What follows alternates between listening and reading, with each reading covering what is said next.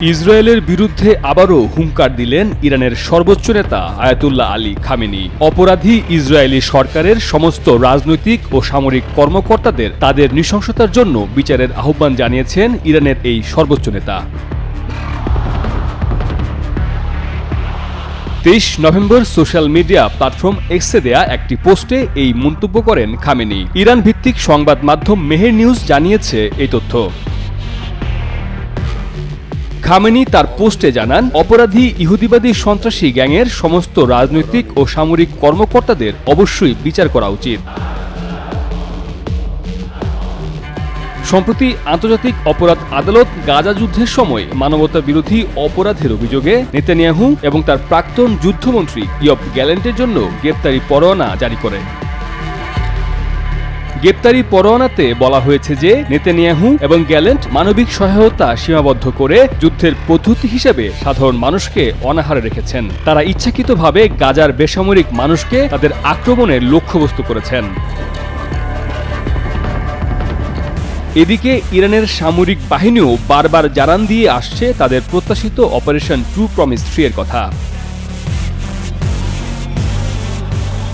সম্প্রতি operation true promise 3 এর বিষয়ে আরও একটি ইঙ্গিত দেন ইরানের সুপ্রিম ন্যাশনাল সিকিউরিটি কাউন্সিল বা এসএনএসসি এর শীর্ষ এক কর্মকর্তা। এসএনএসসি সেক্রেটারি আলী আকবর আহমদিয়ান বলেছেন, ইসরায়েলের যে কোনো জায়গায় হামলা করতে পারে ইরান।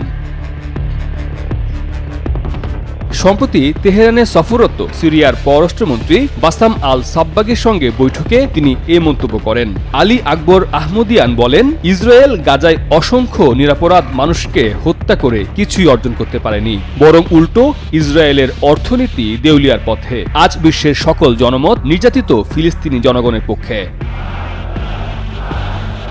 এসএনএসসি সেক্রেটারি বলেন, যুক্তরাষ্ট্র ও পশ্চিমা সহায়তাপ্রাপ্ত ইসরায়েলের যে কোনো স্থানেই হামলা করার সক্ষমতা রয়েছে ইরানের। যদিও সম্প্রতি ইসরায়েল ইরানের কয়েকটি ছোট কেন্দ্রকে লক্ষ্যবস্তু করে হামলা চালিয়ে তা বড় করে প্রচার করেছে।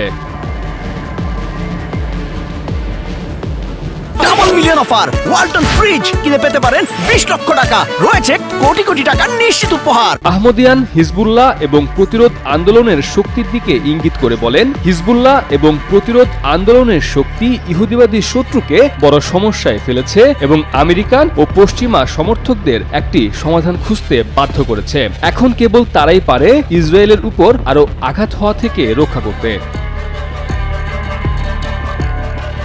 দৃঢ় কণ্ঠে ইরানের সুপ্রিম ন্যাশনাল সিকিউরিটি কাউন্সিলের সেক্রেটারি বলেন, এটি এখন স্পষ্ট হয়ে গেছে যে ইসরায়েলের বিরুদ্ধে প্রতিরোধ আন্দোলনই জিতবে।